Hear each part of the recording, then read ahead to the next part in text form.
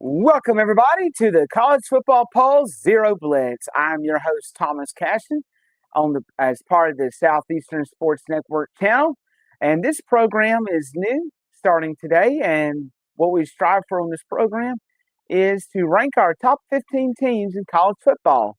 Now, it can be kind of biased between the three analysts on the program. Myself, Thomas, Scotty Cashin, he is a volunteer fan, and Greg Lindsay is an Alabama fan. And as you can see, I'm a Georgia Bulldog fan. So it is kind of skewed a little bit. And hopefully we can get all three people on the same show and have three different sets of top 15 rankings. But for today, we're going to start off with myself. And I'm going to start off from the bottom and go all the way to the top, which some folks will find very interesting. At number 15, I've got Missouri at 6-1. At 14, I've got Virginia at 6-1. 13, I've got Notre Dame at 5-2. At number 12, I've got Oklahoma at 6-1. At number 11, I got BYU at 7-0. 10, I got Vanderbilt at 6-1. Number 9, I've got the Ole Miss Rebels at 6-1. Number 8, I've got Miami at 5-1. At 7, I've got Georgia Tech at 7-0. 6, I've got Oregon at 6-1. I've got Georgia at 5 at 6-1. 4, I've got Texas A&M at 7-0. 3, I've got Indiana at 7-0.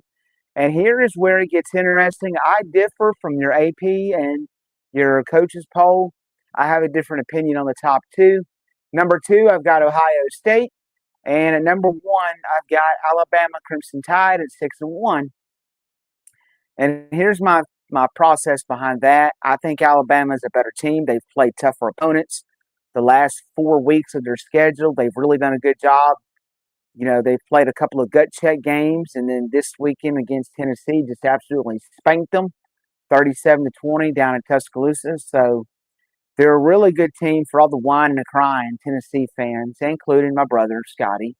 That about the officials, 17-point victory. That's pretty dominant.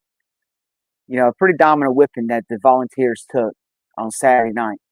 But I mean, like I said, Alabama's played a good schedule. They're getting better and better and better. And that's why I've got them there. Ohio State, they're really good. But they haven't really played nobody since that week 1 against Texas. And we don't know really how good Texas is because they haven't really played anybody and they look kind of pedestrian against their competition. So that is my top 15 for this week. Let us know down in the comments what you think, if you agree, disagree, where you would move teams up. And that is all the time we got. It's a short segment. Everybody have a wonderful rest of your week.